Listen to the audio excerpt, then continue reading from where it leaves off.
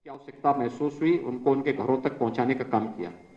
मुख्यमंत्री अभ्युदय योजना, मुझे बताते हुए प्रसन्नता है कि 18 लाख से अधिक बच्चे इस समय मुख्यमंत्री अभ्युदय योजना के साथ फिजिकली और वर्चुअली जुड़ चुके हैं, जिसमें उन्हें विभिन्न प्रकार की प्रतियोगी परीक्षाओं के साथ साथ उन्हें जुड़ने का, उसकी तैयारी करने के लिए एक अच्छा मंच उन्हें उपलब्ध हुआ है और वह उसके माध्यम से आगे अपने उज्जवल भविष्य के साथ जुड़ सकते हैं और एक कार्य आगे बढ़ा है। इस दौरान प्रदेश सरकार ने पिछले 4 वर्ष के अंदर श्रद्धेय अटल बिहारी वाजपेयी जी के नाम पर चिकित्सा विश्वविद्यालय की स्थापना लखनऊ में, मेरठ में स्पोर्ट्स विश्वविद्यालय, प्रयागराज में विधि विश्वविद्यालय और गोरखपुर में आयुष विश्वविद्यालय की स्थापना की कार्रवाई को भी आगे बढ़ाया है। प्रदेश के अंदर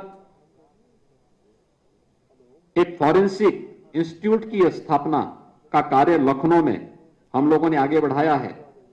51 नए राजकीय महाविद्यालयों, 24 राजकीय पॉलिटेक्निक, 4 राजकीय इंजीनियरिंग कॉलेजेस और लगभग 260 आईटीआई की स्थापना के कार्य को भी प्रदेश सरकार ने प्राथमिकता के आधार पर इस दौरान आगे बढ़ाने का कार्य किया।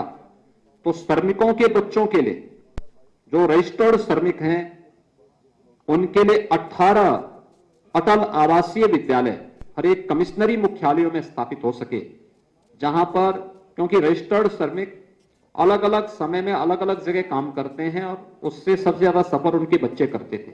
राज्य सरकार ने उनकी व्यवस्थित अच्छी शिक्षा के लिए 18 कमिश्नरी मुख्यालयों में 18 अटल आवासीय विद्यालयों के माध्यम से उनकी शिक्षा दीक्षा की पूरी व्यवस्था और उत्तम शिक्षा की व्यवस्था उनके लिए करने के लिए व्यवस्था लागू की है।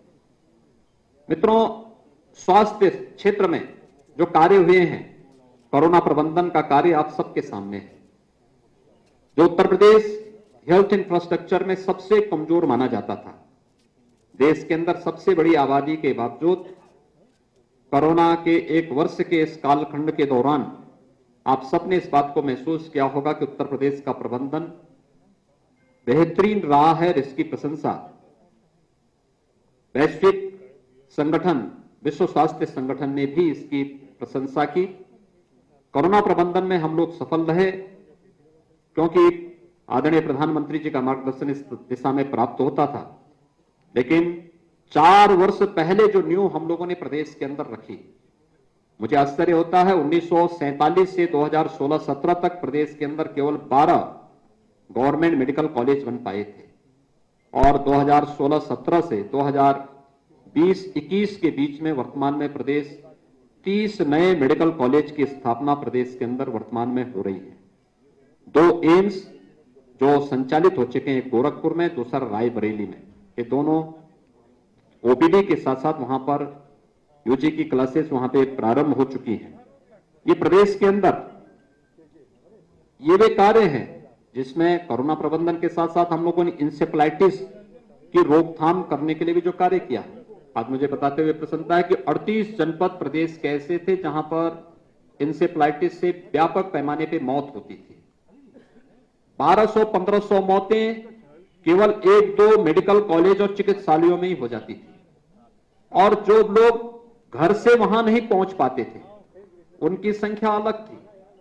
आज मुझे बताते हुए प्रसन्नता है कि प्रदेश सरकार ने अंतर विभागीय समन्वय के माध्यम से इंसेफ्लाइटिस में बीमारी पे 75% और मौत के आंकड़ों में 95% नियंत्रण प्राप्त करने में सफलता प्राप्त की।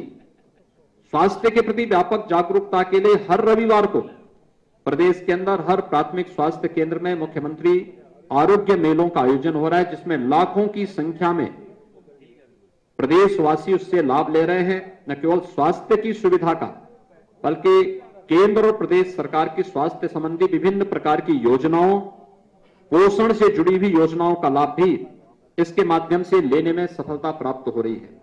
आयुष्मान भारत योजना, मुख्यमंत्री जन आरोग्य योजना के दायरे को बढ़ाने का भी निर्णय प्रदेश सरकार ने किया है। हर किसान परिवार को, हर संगठित और असंगठित क्षेत्र के मजदूरों को भी इस योजना से आच्छादित करने की कार्रवाई प्रदेश के अंदर बेहतरीन तरीके से आगे बढ़ाने का कार्य हुआ है। मित्रों, प्रदेश के अंदर इंफ्रास्ट्रक्चर, उत्तर प्रदेश 1947 से 2016 तक केवल 2 एक्सप्रेसवे बना पाया था और 4 वर्ष के दौरान प्रदेश सरकार 5 नए एक्सप्रेसवे के साथ आज कनेक्टिविटी के लिए बेहतरीन मंच उपलब्ध करा रहा है। 2017 तक प्रदेश के अंदर एयर कनेक्टिविटी 2 हमारे एयरपोर्ट कनेक्टेड थे, एक लखनऊ का और दूसरा वाराणसी का। आज मुझे बताते हुए प्रसन्नता है, प्रयागराज, गोरखपुर, कानपुर, आगरा, बरेली, हिंडन, ये सभी एयरपोर्ट वायु सेवा के साथ जुड़ चुके हैं। इसके साथ ही 3 नए इंटरनेशनल एयरपोर्ट की स्थापना का कार्य प्रदेश के अंदर चल रहा है। कुशीनगर में इंटरनेशनल एयरपोर्ट का कार्य अंतिम यानी पूरा लगभग पूरा हो चुका है। बहुत शीघ्र वहां पर अंतर्राष्ट्रीय विमान सेवाएं प्रारंभ होंगी। जेवर, गौतम बुद्ध नगर में एशिया का सबसे बड़ा एयरपोर्ट राज्य सरकार बनाने जा रही है और अयोध्या में भी एयरपोर्ट के निर्माण की कार्रवाई युद्ध स्तर पर चल रही है। लेकिन इसके साथ ही 17 नए एयरपोर्ट के निर्माण की कार्रवाई प्रदेश सरकार अलग अलग स्थानों पर कर रही है, जिसमें प्रदेश के अंदर सहारनपुर है, मेरठ, अलीगढ़, मुरादाबाद, आजमगढ़, श्रावस्ती, चित्रकूट, सोनभद्र, यानी ये सभी क्षेत्र हैं जहां के बारे में कोई सोचता नहीं था। वहां भी हम इन सभी, आपके ललितपुर, ये सभी क्षेत्रों में बेहतरीन वायु सेवा की सुविधा उपलब्ध कराने का कार्य किया जा रहा है। 2017 के पहले तक प्रदेश में एक भी शहर हमारा मेट्रो से नहीं जुड़ा था। आज मुझे बताते हुए प्रसन्नता है कि प्रदेश के अंदर राजधानी लखनऊ, गाजियाबाद, नोएडा, ग्रेटर नोएडा ये मेट्रो की सुविधा से आच्छादित है। कानपुर और आगरा में मेट्रो का कार्य युद्ध स्तर पर चल रहा है और इस वर्ष के अंत तक वहां पे प्रथम चरण का कार्य, फेज फर्स्ट का कार्य संपन्न हो जाएगा। ये कार्य प्रदेश के अंदर तेजी के साथ चल रहे हैं। पूर्वांचल एक्सप्रेसवे और बुंदेलखंड एक्सप्रेसवे इसी वर्ष हम लोग जनता को समर्पित करेंगे। यहाँ पे सामान्य वायु, वहां पर सेवाएं हम लोग सुविधाएं उपलब्ध करवाएंगे। गंगा एक्सप्रेसवे का कार्य, भूमि अधिग्रहण की कार्रवाई अंतिम चरणों में चल रही है और बहुत तेजी के साथ इस पे कार्य चल रहा है। प्रदेश के अंदर बेहतरीन कनेक्टिविटी के लिए भी जो कार्य अलग अलग सेक्टर में हुए हैं, ये आप सबके सामने हैं और इन सभी सुविधाओं का लाभ प्रदेश के अंदर लिया जा रहा है। महिला कल्याण के लिए प्रदेश सरकार ने विशेष अभियान प्रारंभ किया, खासतौर पर मिशन शक्ति का हमारा अभियान, जिसमें हम लोगों ने हर थाना में महिला हेल्प डेस्क की स्थापना की, हर एक तहसील में भी महिला हेल्प डेस्क की स्थापना इस दौरान की गई। बालिका के जन्म लेने से लेकर के और उसके बालिग होने तक शासन की अलग अलग योजनाओं से इसे आच्छादित करने की कार्रवाई संपन्न की गई। मुख्यमंत्री कन्या सुमंगला की योजना, जिसमें 6 अलग अलग चरणों में 15,000 रुपए का एक पैकेज एक बालिका को उपलब्ध कराने की व्यवस्था हो। मुख्यमंत्री सामूहिक विवाह की योजना, अब तक 1,52,000 से अधिक बालिकाओं का, इसमें राज्य सरकार के द्वारा 51,000 रुपए की सहायता उन परिवारों को उपलब्ध कराई जाती है। यह सुविधा उपलब्ध कराई गई। 6,94,000 बालिकाओं को अब तक कन्या सुमंगला योजना के माध्यम से लाभान्वित किया गया। तो ग्रामीण क्षेत्र की अर्थव्यवस्था में भी महिलाओं का योगदान जो सर्वाधिक है, उस पर भी सरकार ने कार्य करना प्रारंभ किया। हर ग्राम पंचायत में एक बैंकिंग कॉरेस्पॉन्डेंट सखी की तैनाती करने की कार्रवाई, या फिर ग्रामीण क्षेत्र में राशन कोटे की दुकान जहां पर विवादित हो जाती है, वहां पर महिला स्वयंसेवी समूह को इसकी जिम्मेदारी उनको दे देना, या पोषण मिशन जो हमेशा विवादित रहा, इस पूरे मिशन को राज्य उत्तर प्रदेश पहला राज्य है जिसने यह निर्णय लिया कि प्रदेश के अंदर पोषण मिशन का कार्य महिला स्वयंसेवी समूह कर संभालेंगे और इस कार्य को भी प्रदेश के अंदर लागू करने की कार्रवाई प्रदेश के अंदर लागू किया गया। हम लोगों ने 2019 में झांसी में बनेनी मिल्क प्रोड्यूसर की स्थापना की थी। भारत सरकार के सहयोग से संचालित यह संस्था आज वहां पर महिला सशक्तिकरण का एक प्रतीक बना है। एक वर्ष में 46 करोड़ का टर्नओवर और 2 करोड़ का नेट प्रॉफिट कमाने वाली यह संस्था, इसी तर्ज पर प्रदेश के अंदर मुख्यमंत्री महिला सामर्थ्य योजना लागू करने की एक कार्रवाई प्रदेश के अंदर प्रारंभ हुई है और मुझे बताते हुए प्रसन्नता है कि ये कार्य तेजी के साथ आगे बढ़ते हुए दिखाई दे रहे हैं। प्रदेश के अंदर पेंशन सुविधा का लाभ भी प्रदेश के अंदर हर एक तबके को देने का कार्य हुआ और कितना इस फील्ड में हम लोगों ने परिवर्तन करके दिखाया है, यह एक मानक बन सकता है। खासतौर पर वृद्धावस्था पेंशन हो या निराश्रित महिला पेंशन या दिव्यांगजन पेंशन, इसमें व्यापक परिवर्तन देखने को मिले हैं। खासतौर पर अगर निराश्रित महिला पेंशन 2016-17 में कुल 17,31,000 इसके लाभार्थी थे।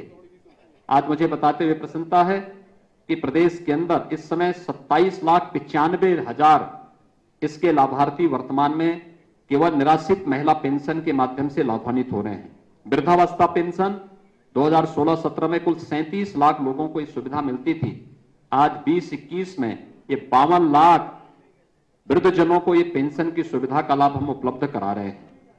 दिव्यांगजन पेंशन 2016-17 में केवल 8,75,000 दिव्यांगजनों को ये सुविधा मिलती थी। आज 2021 में हम 11,20,000 से अधिक दिव्यांगजनों को इस सुविधा का लाभ दे रहे हैं। इसमें राशि भी बढ़ाई गई। दिव्यांगजन में 300 से 500 रुपए राशि की गई, वृद्धावस्था पेंशन में 400 से 500 रुपए राशि की गई और इसके साथ ही प्रदेश के अंदर स्कॉलरशिप 2016-17 में केवल 50 लाख बच्चों को स्कॉलरशिप, अनुसूचित जाति, जनजाति और ओबीसी के 50 लाख बच्चों को इस सुविधा मिल पाती थी। आज 65 लाख बच्चों को इस सुविधा से लाभान्वित करने का कार्य प्रदेश के अंदर किया जा रहा है। ये पेंशन के साथ ही प्रदेश के अंदर पर्यटन और संस्कृति के क्षेत्र में भी बहुत बड़े कार्य प्रदेश के अंदर हुए हैं। 2016-17 में प्रदेश पर्यटन की दृष्टि से तीसरे नंबर पर था देश के अंदर। आबादी में सबसे पहले स्थान पर हम थे, लेकिन पर्यटन की सुविधाएं विकसित न होने के नाते, उधर अपेक्षित ध्यान न दिए जाने के नाते इसके कोई अपेक्षित लाभ प्रदेश को नहीं मिल पाता था। पर्यटन हमारे लिए केवल एक सामान्य लोक आवागमन के माध्यम नहीं है, बल्कि ये रोजगार सृजन के भी माध्यम है। प्रयागराज कुंभ ने उसका एक बहुत बड़ा आधार प्रस्तुत किया और आज मुझे बताते हुए प्रसन्नता है, उत्तर प्रदेश धार्मिक पर्यटन में देश में नंबर 1 पर फिर से आ चुका है। प्रदेश इस दौरान अनेक अन्य सुविधाओं को प्रदेश कर, चाहे वो प्रयागराज कुंभ हो, इस दौरान पिछले 4 वर्ष के अंदर जो विभिन्न प्रकार के आयोजन, यूपी इन्वेस्टर समिट का आयोजन, प्रदेश के अंदर प्रवासी भारतीय दिवस का आयोजन, प्रदेश के अंदर हम लोगों ने इस दौरान प्रयागराज कुंभ का सफलतापूर्वक आयोजन करने, प्रदेश के अंदर युवा महोत्सव के सफलतापूर्वक आयोजन का श्रेय, या फिर विधानमंडल की 3 विशेष सम्मेलन आयोजित करने की कार्रवाई हो, जहां ये कार्य सफलतापूर्वक संपन्न हुए हैं। कोरोना काल खंड के अंदर अयोध्या में मर्यादा पुरुषोत्तम भगवान श्री राम के भव्य मंदिर के कार्य को आदरणीय प्रधानमंत्री जी के कर कमलों के शुभारंभ होना, यह भी प्रदेश के लिए एक बहुत बड़ी उपलब्धि रही है कि वर्षों से जन आस्था का सम्मान करने के समय जो एक आम जन की आवाज थी, उस आवाज को एक मान्यता मिली और हम आभारी हैं आदरणीय प्रधानमंत्री जी ने समय देकर के जहां इस कार्य को आगे बढ़ाया। वहीं काशी में काशी विश्वनाथ कॉरिडोर के माध्यम से काशी को एक नई पहचान दिलाने की कार्रवाई, उसके पुरातन काया को नए कलेवर के रूप में वैश्विक मंच पर स्थापित करने की कार्य योजना हो, या मिर्जापुर में विंध्यवासिनी धाम को एक नए स्वरूप में देश और दुनिया के सामने प्रस्तुत करने का कार्य, अयोध्या को दीपोत्सव हो या बरसाना का रंगोत्सव का कार्यक्रम, काशी का देव दीपावली का कार्यक्रम हो, या फिर प्रदेश के अंदर तमाम उन स्थलों में, चाहे वह हेरिटेज टूरिज्म का हो या इको टूरिज्म की संभावनाओं को आगे बढ़ाने का है, ये सभी बहुत सारे क्षेत्रों में कार्यक्रम हो रहे हैं। हम लोगों ने प्रदेश के अंदर 4 फरवरी से चौरी चौरा महोत्सव के आयोजन को आगे बढ़ाया है और इस वर्ष में देश की आजादी का अमृत महोत्सव भी प्रारंभ हो रहा है। ये प्रारंभ आदरणीय प्रधानमंत्री जी के कर कमलों से 11 मार्च को इसका शुभारंभ हो चुका है और ये कार्यक्रम हमारे निरंतर आगे बढ़ते हुए दिखाई दे रहे हैं और इन कार्यक्रमों के माध्यम से देश के उन सभी अमर शहीदों के प्रति जिन्होंने देश की आजादी के लिए अपना सर्वस्व न्यौछावर किया था, उन सभी के प्रति हमारी विनम्र श्रद्धांजलि उन सभी के प्रति है। तो देश की आजादी के बाद देश की सीमाओं पर भारत की रक्षा करते हुए अपने आप को बलिदान करने वाले भारत के बहादुर जवानों के प्रति भी देश का नमन है और इसमें उत्तर प्रदेश सरकार पूरी प्रतिबद्धता के साथ कार्य कर रही है। मित्रों, प्रदेश ने विगत 4 वर्ष के दौरान हर एक फील्ड में कुछ न कुछ बेहतर करने का प्रयास किया, चाहे वह किसानों के लिए हो, महिलाओं के लिए हो या फिर नौजवानों के लिए हो। प्रदेश के अंदर निजी क्षेत्र के साथ साथ सरकारी क्षेत्र में 4 लाख से अधिक नौकरी और पारदर्शी तरीके से इन नौकरियों को प्रदेश के नौजवानों को उपलब्ध कराने में प्रदेश सरकार ने सफलता प्राप्त की। रोजगार और स्वरोजगार की व्यापक संभावनाओं को भी आगे बढ़ाने का कार्य प्रदेश सरकार ने इस दौरान पूरी सफलता के साथ प्रदेश के अंदर लागू किया है। प्रदेश के अंदर हर एक सेक्टर में व्यापक परिवर्तन किया है और आज मैं कह सकता हूं कि जब 4 वर्ष का कार्यकाल आज हमारी सरकार का पूरा हुआ है तो 4 वर्ष के कार्यकाल प्रदेश को अब बीमारू राज्य की श्रेणी से उभार करके एक सक्षम और समर्थ राज्य के रूप में आगे बढ़ाने और देश की एक बड़ी अर्थव्यवस्था के रूप में स्थापित करने के 4 वर्षों का यह कालखंड रहा है। मुझे प्रसन्नता है कि 4 वर्ष के दौरान प्रदेश सरकार की सभी प्रकार की योजनाओं को आम जन तक पहुंचाने में आप सभी मित्रों ने जो सकारात्मक सहयोग किया है वह न केवल 4 वर्ष के दौरान हर एक योजना को, इसमें सरकार की अपनी भूमिका होती है, प्रशासन की अपनी सीमाएं होती हैं, संगठन के कार्यकर्ता उन्हें उन लोगों तक पहुंचाने का प्रयास करते हैं, लेकिन वही बातें जब मीडिया के माध्यम से आम जन तक पहुंचती हैं तो हर पक्ष उसका अवलोकन करता हुआ दिखाई देता है। एक सकारात्मक भाव के साथ प्रदेश के प्रति आप सभी ने प्रदेश के अंदर एक प्रत्येक जन के मन में जो एक सकारात्मक भाव पैदा करने का प्रयास किया है, मैं इसके लिए आप सबका हृदय से अभिनंदन करता हूं। प्रदेशवासियों को 4 वर्ष की इस यात्रा में सहभागी बनने के लिए उन सबका हृदय से अभिनंदन करता हूं। आदरणीय प्रधानमंत्री जी, आदरणीय राष्ट्रीय अध्यक्ष जी का, आदरणीय गृह मंत्री जी का, केंद्रीय मंत्रिमंडल के सभी सदस्यों का हृदय से आभार व्यक्त करते हुए अपने सभी सहयोगी मंत्रियों, जनप्रतिनिधियों, संगठन के पदाधिकारियों का भी मैं इस अवसर पर हृदय से उनका अभिनंदन करता हूं और 4 वर्ष की मंगलमय शुभकामनाएं सबके प्रति देते हुए विश्वास करता हूं कि हम सब मिलकर के प्रदेश को उन ऊंचाइयों तक पहुंचाएंगे जहां उत्तर प्रदेश की अर्थव्यवस्था देश की सबसे बड़ी अर्थव्यवस्था के रूप में स्थापित होगी, क्योंकि उन संभावनाओं के रास्ते प्रदेश सरकार ने तैयार किए हैं और मुझे लगता है कि अब उसमें थोड़ी और प्रयास करके हम लोग उस लक्ष्य को प्राप्त करने में सफल होंगे। मैं एक बार फिर से आप सबके सकारात्मक सहयोग के लिए आप सभी को हृदय से साधुवाद देता हूं, हृदय से बधाई देता हूं, अभिनंदन करता हूं। धन्यवाद। जय हिंद। अगर आपको हमारा ये वीडियो पसंद आया हो तो पेज को लाइक और शेयर करें और इसी तरह की हर वीडियो सबसे पहले पाने के लिए चैनल को सब्सक्राइब करें।